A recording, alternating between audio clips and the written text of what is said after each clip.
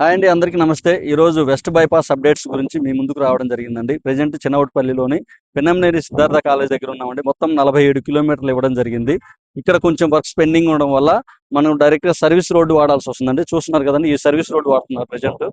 Once complete అయితే డైరెక్ట్గా మనం చిన్నకాకా నుంచి చిన్నవుట్పల్లికి డైరెక్ట్గా ఈ కొంచెం వర్క్స్ కంప్లీట్ అవడంగానే ఆటోమేటిక్గా ఇక్కడ ల్యాండ్ అయిపోతాము. విజయవాడ వెస్ట్ బైపాస్ టోటల్గా 47 కిలోమీటర్స్ ఇవ్వడం జరిగిందండి. చిన్నవుట్పల్లి నుంచి చిన్నకాకాని వరకు ఇవ్వడం జరిగిందండి. మనం చూస్తున్నది బాహుబలి బ్రిడ్జ్ అండి. 3.2 కిలోమీటర్స్ ఇవ్వడం జరిగింది కృష్ణా బ్రిడ్జ్ మీద.